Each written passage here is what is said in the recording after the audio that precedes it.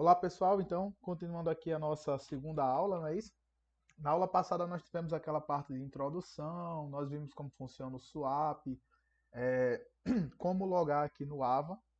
E continuando a nossa aula de hoje, nós ficamos de ver a questão dos restos do tipo de atividades, né? Nós vimos que alguns professores podem avaliar pelo fórum, e aí hoje nós vamos mostrar o questionário, tarefas com o upload de arquivos e tarefas sem o upload de arquivos, certo? E seguindo, nós vamos ver também a parte de e-mail. Então, continuando aqui. Antes de começar, eu gostaria de informar que a nossa aula 1 ela já está aqui, certo? Então, quando vocês acessarem aqui o AVA, na unidade 1, na parte de material didático, nós temos a URL da nossa primeira aula, certo? Se vocês clicarem nela, na verdade aqui está as três aulas juntas das três De vários turmas, modos. certo? Então vocês vão procurar aqui onde começa a primeira, onde começa a segunda e onde começa a terceira. Mas é mais ou menos aí uns 50 minutos entre cada aula. 50, 55, certo? Então o link da aula já está disponível. Então vamos continuar aqui. Para isso eu vou acessar como estudante, para vocês verem a mesma tela que vocês vão ter acesso, né? E a primeira atividade o tipo de atividade que a gente vai ver é o questionário. Esse questionário tem algumas questões que estão erradas, não se preocupem com isso. É proposital para vocês verem quando vocês acertam e erram. As nossas atividades em questionário, que eu vou usar na nossa disciplina, todas elas, a correção já está no AVA. Então, quando vocês finalizarem, vocês já vão ter acesso à nota de vocês, certo? Quem apareceu com a nota 2, 3, não se preocupe que todo mundo vai ficar com a nota 5, porque essa aqui ainda é atividade de ambientação, né, para vocês conhecerem. Então, o questionário ele funciona como? Vou clicar aqui nele. Você vai entrar e você tem a tentativa. Se você já fez uma tentativa, vai mostrar aqui a sua tentativa e você pode tentar de novo ou não. O que é que define isso? O professor, certo? O professor que criar a sala, ele na hora de fazer o questionário, ele vai definir quantas tentativas você tem para esse questionário. E ainda o tipo de nota. Como assim? No método de avaliação desse primeiro questionário, eu coloquei tentativas ilimitadas, vocês podem tentar quantas vezes quiserem, e a nota mais alta vai ser a que conta, né? O professor ele pode dizer, não, você só tem uma tentativa e a nota é aquela, como uma prova que você faz na escola. Ou outro pode dizer, não, vocês têm três tentativas, porém, em vez de ser a nota mais alta das três, vai ser a média. Então, normalmente os professores eles vão definir isso. Qual é a dica que eu dou? Caso vocês vão fazer a avaliação, começou uma disciplina nova, o professor colocou lá o questionário, vocês perguntam a ele na aula, tiram uma dúvida, perguntam ao tutor, né? Professor, esse questionário a gente vai ter só uma tentativa, como é que vai ser o método de avaliação? Que aí ele vai informar isso para vocês, certo? Então, caso eu queira realizar minha tentativa, como eu vou fazer agora, eu venho aqui em tentativa do questionário, né? E aí você vai ter o quê? Todas as perguntas aqui, ó. Todas as questões estão aqui. Essa pontuação delas eu deixei bem tranquila, não tem nada demais aqui. E aí você vem e responde. E tem vários tipos de pergunta, como por exemplo, essa daqui é uma pergunta onde você responde com um número, né? E você pode aqui, ó, o valor da questão está valendo 0,5, né? Marcar a questão. Essa questão ainda não foi respondida, ela vai lhe dar essa ordem aqui. O professor pode escolher para as questões serem embaralhadas, certo? Então, não necessariamente a sua questão um vai ser a questão um do seu colega. Inclusive, os professores também podem colocar uma prova, por exemplo, de 10 questões, fazer esse questionário no AVA com 30 questões e pedir para o AVA escolher aleatoriamente 10 dessas 30 para realizar a prova, por exemplo. Então, na hora de fazer a prova, pode ser que vocês nem tenham a mesma ordem das questões, como também podem nem ter as mesmas questões, né? Até o nosso exame final, eu não usei essa opção. Então, todos os nossos questionários, menos o exame final, eles têm as mesmas questões. A única coisa que vai alterar é a ordem. Ah, então quanto é 7,3 mais 9? Vai ser 16 ponto 3. Eu não sei se é vírgula ou é ponto. Acho que eu vou colocar vírgula. Certo? Terminou a sua resposta, próxima questão. E aí você não tem a resposta ainda, só está dizendo aqui que você já respondeu. Né? No final da tentativa é que você vai conseguir ver a sua nota. O professor ele pode colocar questões abertas, então aquele nosso primeiro tipo de questão era em relação a questões onde você responde com um número, com um valor. De repente, se tem algo na área de matemática, de exatas, pode ter algo como isso, né? Essa questão aberta, onde você vai responder alguma coisa sobre você, vai ter um texto, né? Eu sou Danilo Rodrigo e trabalho como professor de informática.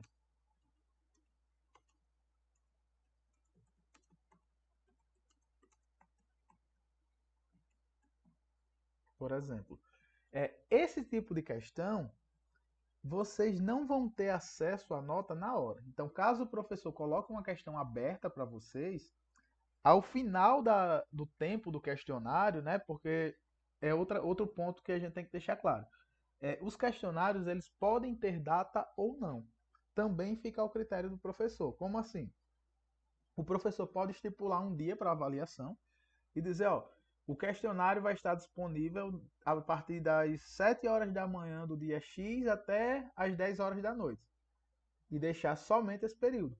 Como ele pode deixar por vários dias, como também ele pode nem bloquear. Ele pode deixar você fazer e caso você faça depois da data limite, para o professor vai aparecer uma questãozinha lá chamada os dias de atraso. Vai aparecer um texto dizendo entregue com 5 dias de atraso, entregue com 7 dias de atraso.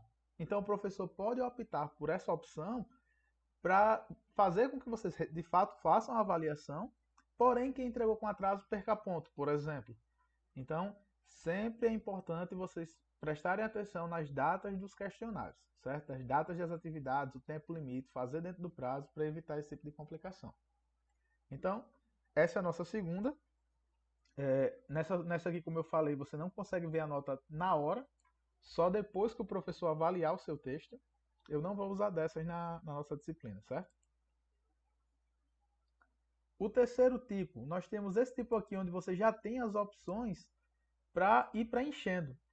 Por exemplo, olá, o nome do meu professor é Danilo.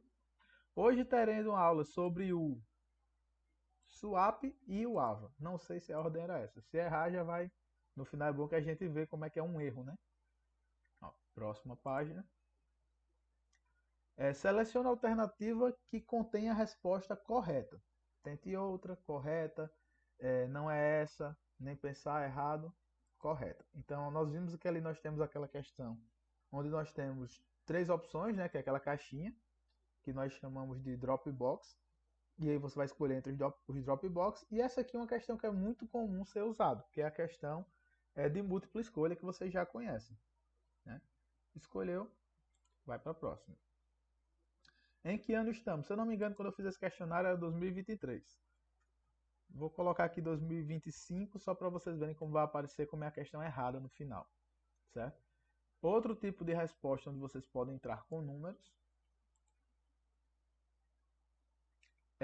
Qual a sigla da nossa instituição? IFRR. E aqui nós temos uma questão que nós, no lugar do número, nós colocamos um texto. Só que diferente da nossa questão aberta, se você responde exatamente o mesmo texto que o professor programou, no final você já vai ter a resposta correta, certo?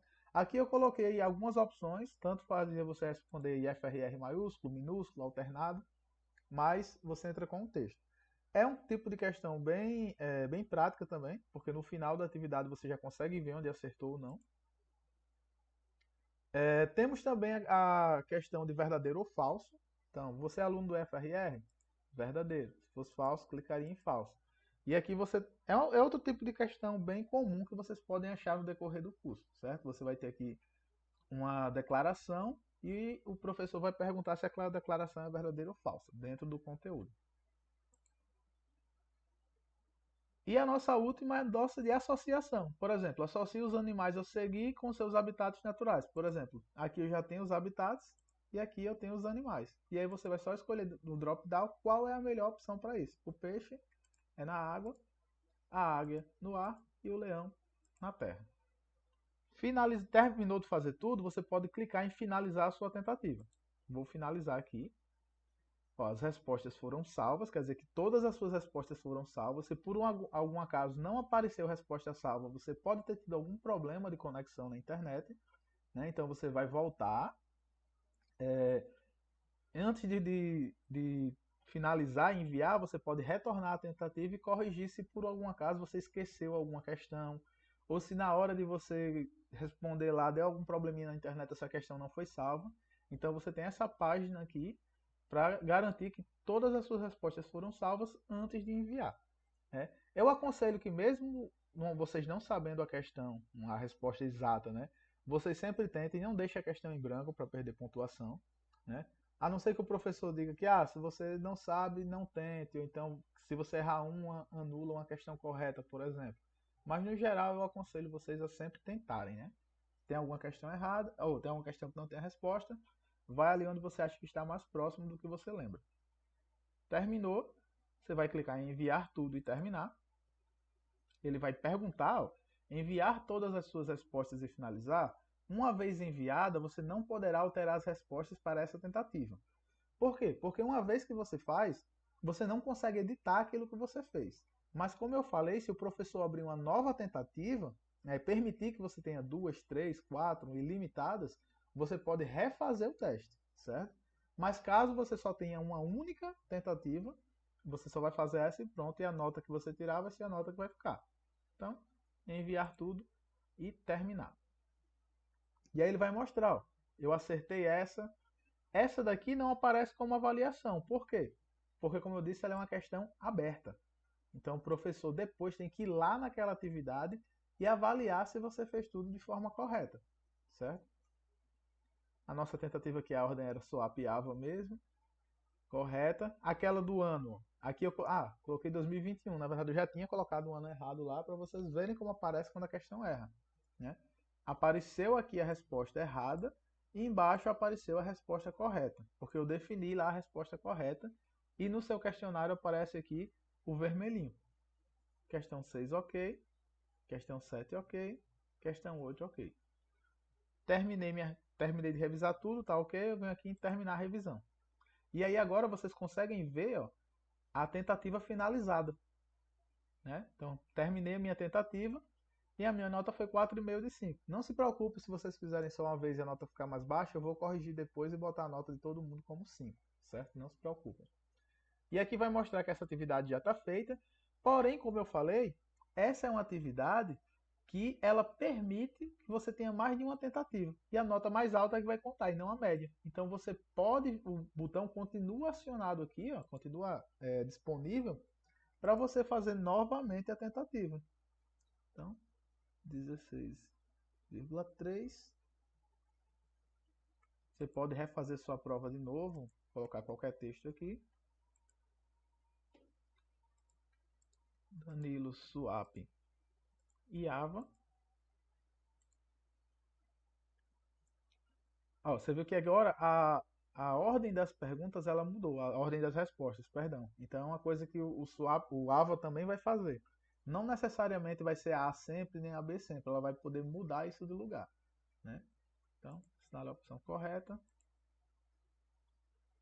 O ano em que estamos, 2021, vou colocar a resposta correta agora.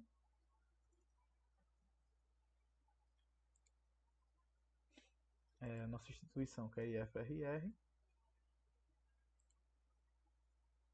Se você é um aluno do IF verdadeiro, você vê que a ordem também mudou. Acho que essa aqui foi a terceira ou a quarta da primeira vez que a gente fez, agora já aparece como a sétima questão. Então a ordem não necessariamente vai ser a mesma, não se preocupem com isso.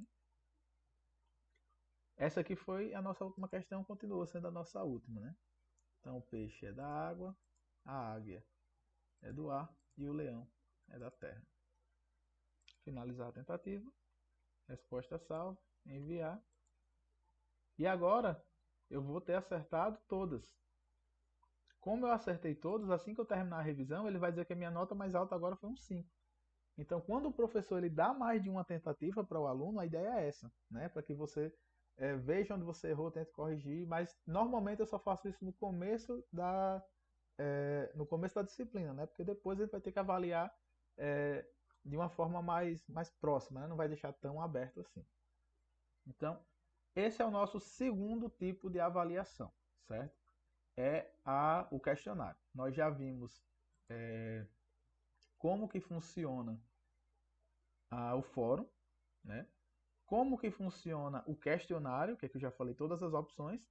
E agora a gente vai ver como funciona uma tarefa para o upload de arquivos. Como é que eu faço o envio de um arquivo do meu computador para o Ava?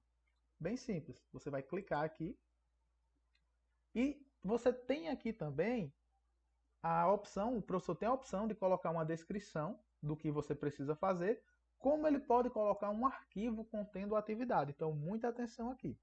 Assim que eu entrei na minha tarefa, eu coloquei aqui um arquivo, atividade para fazer o upload. Vou clicar nela. Ele vai pedir para salvar, né? Salvar aqui em downloads mesmo. Já existe. Vou colocar aqui como sendo 1.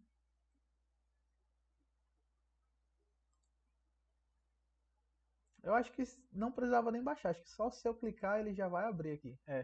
Ah não, ele vai pedir para baixar realmente. Então eu baixei aqui a atividade. Só tem isso aqui, ó, atividade. Nessa atividade você deverá realizar o envio de um arquivo para a plataforma Ava. Então, muito cuidado. Na hora de vir fazer esse tipo de atividade, o professor pode colocar uma descrição aqui do que você tem que fazer. De repente você já chegou aqui, já clicou em adicionar o envio e não viu o que era para fazer e pode perder alguma coisa. Então, sempre que entrar, tomar cuidado, ver se o professor não colocou nenhuma diretiva aqui, né? Nenhuma coisa que você tem que fazer, uma diretriz. Aqui embaixo nós temos os status, por exemplo, ó, que não foi feito nenhum envio ainda.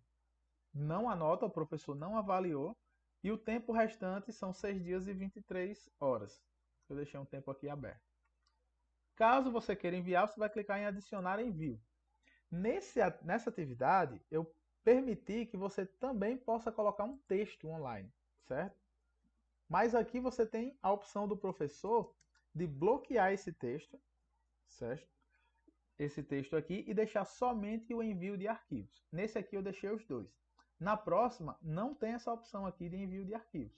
Como o professor pode pedir também para que não tenha nem o texto, somente o envio.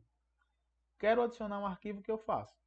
Você pode clicar aqui ou arrastar o arquivo do computador. Vou clicar.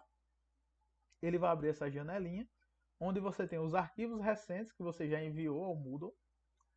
Se você quiser mandar uma URL de onde está esse arquivo, algum arquivo privado que você tenha, uma imagem que você tenha guardada, mas o que normalmente a gente usa é enviar um arquivo, essa segunda opção.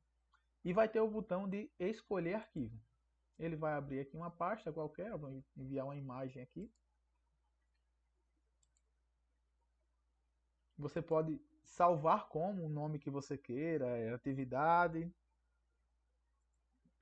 ambientação. Você pode escolher o nome que você queira para essa. Vou botar sem acento, sem nada. O seu nome já vai ficar o nome que está cadastrado, né? E aí você pode ter uma licença. Essa licença é o que? Se for um arquivo privado, então eu boto que todos os direitos para quem usar essa minha atividade são privados. Ou qualquer pessoa pode baixar e usar meu arquivo, domínio público. Aqui normalmente a gente nem mexe tanto nisso, certo? Terminou, enviar arquivo. O arquivo já está aqui, aquela imagem que eu coloquei, e você vem salvar suas mudanças. Na hora que você salvar as mudanças, você já vai ver o status enviado para avaliação.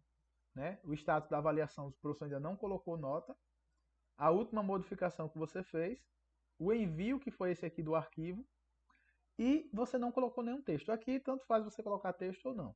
Né? E aí você pode remover até o final da data, você pode remover esse envio e refazer ele. Ou você pode simplesmente clicar em editar e mudar alguma coisa que você queira fazer aqui, certo?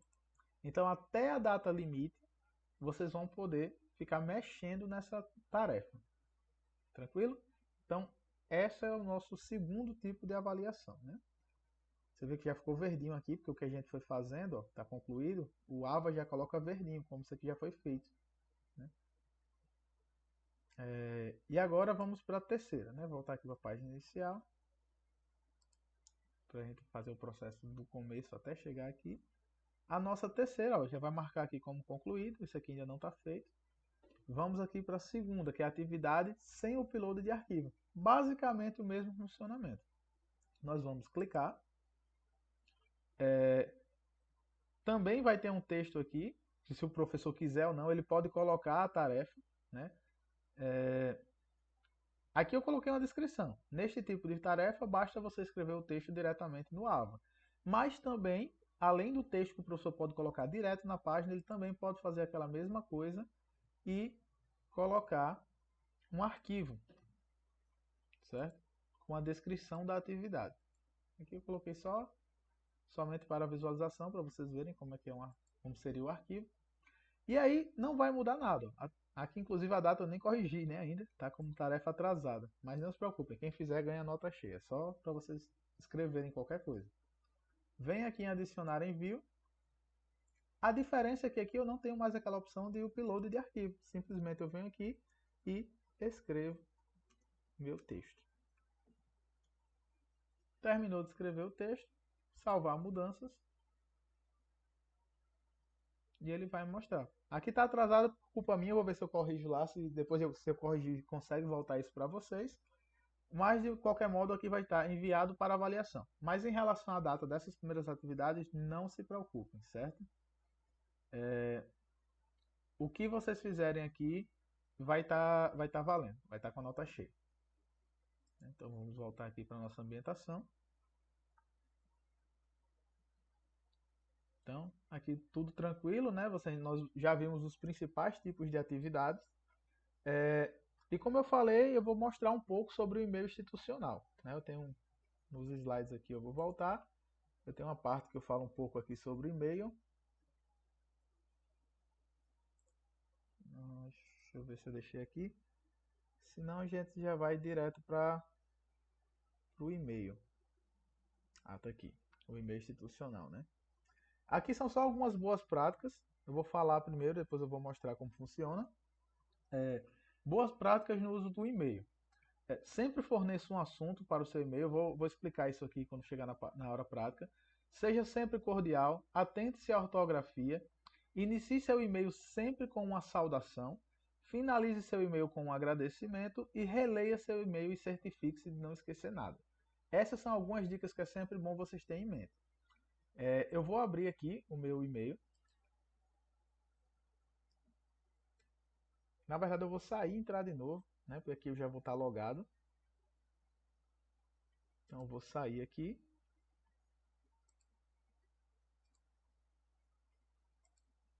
E como é que vocês vão entrar no seu e-mail institucional, no seu e-mail acadêmico? Como eu falei, vocês vão lá no swap de vocês vão ter o e-mail acadêmico. E como ele é gerido pelo próprio Google, você pode vir aqui no Google, usar uma outra conta, por exemplo, e você vai digitar o seu e-mail acadêmico. Caso seja o seu primeiro acesso, o Google mesmo vai lhe dar os passo a passo para você receber a senha inicial e fazer a alteração. Então vocês vão fazer esse procedimento. Vem aqui no Gmail normal, entra com o e-mail acadêmico de vocês, o meu já está salvo aqui, avançar. Aí, caso seja o primeiro acesso, ele vai pedir a senha para vocês. Depois do primeiro acesso, essa senha fica salva, né? Vai ser a que vocês botarem já, definirem como sendo ela mesma. E aí nós vamos. E quem disse que eu lembro minha senha?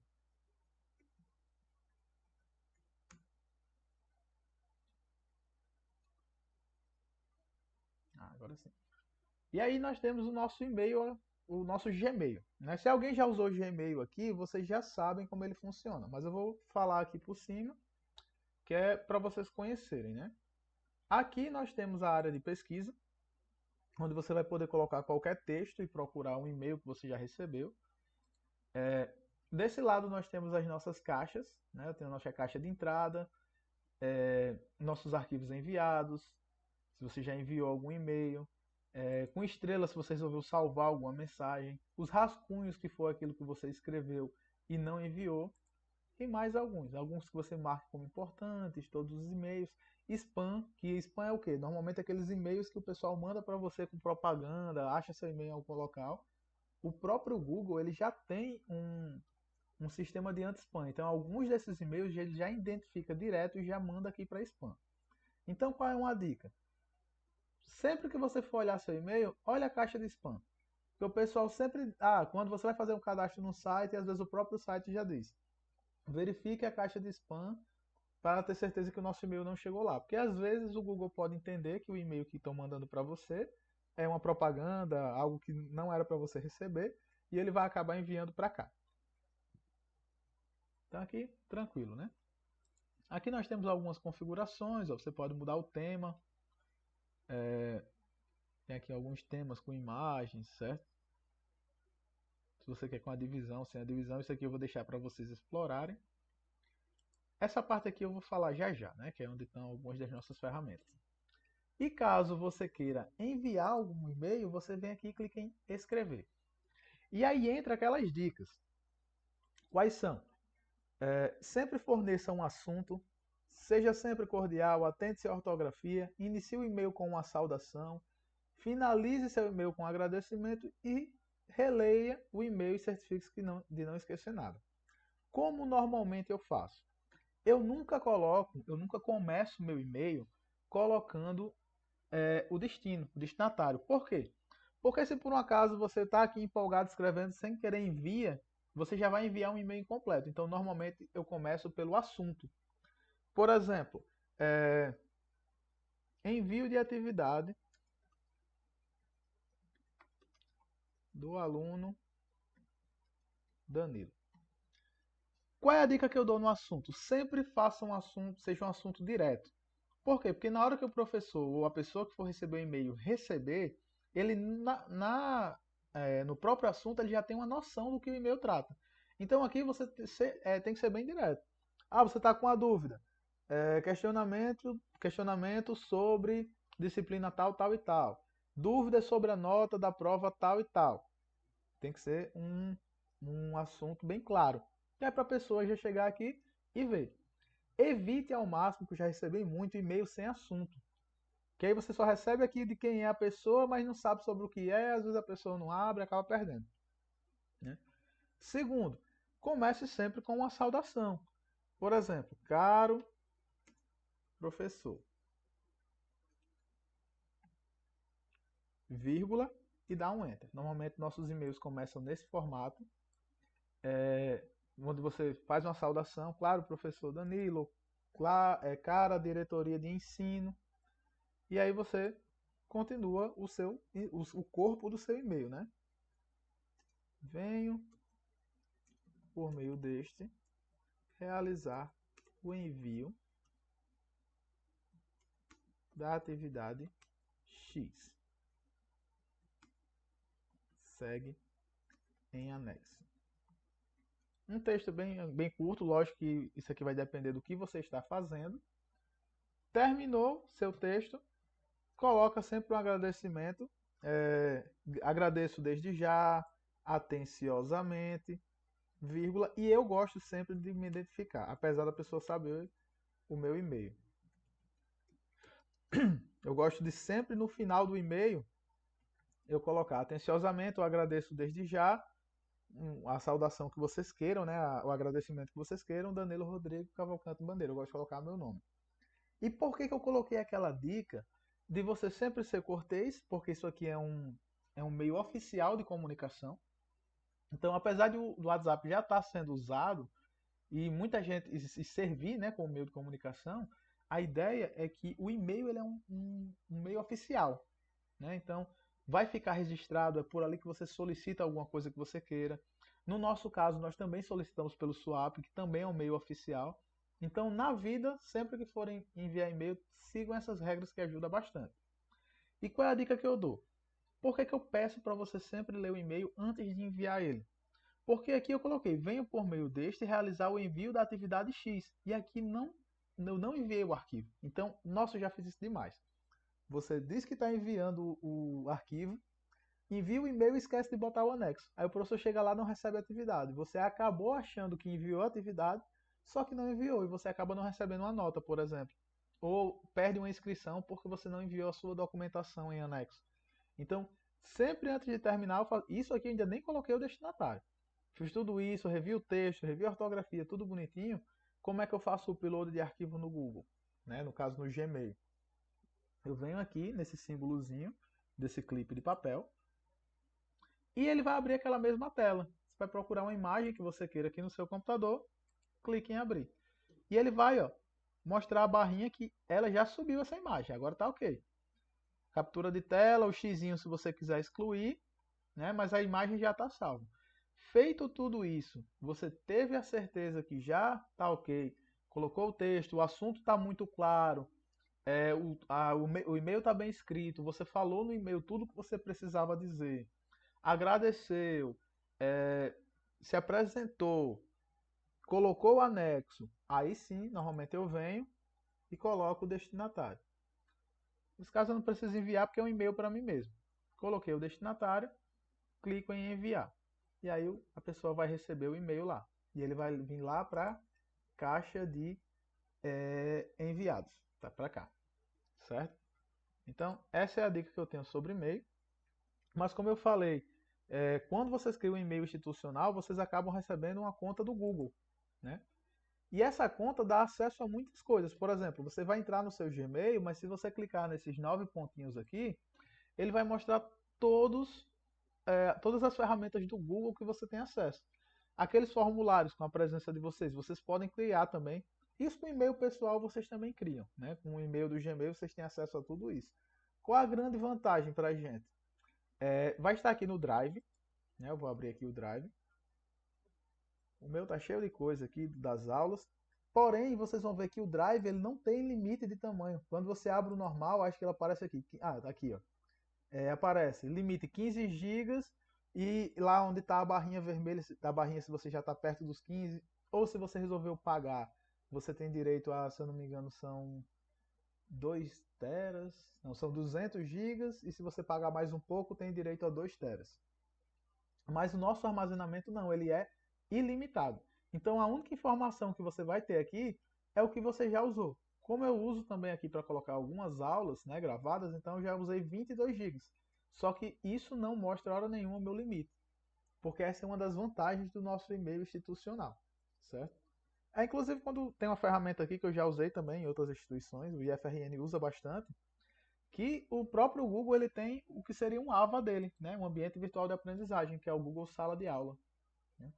Eu posso falar um pouco aqui sobre ele depois, mostrar para vocês algumas opções, mas ele também tem, eu posso criar turmas, fazer atividades aqui dentro, é bem legal.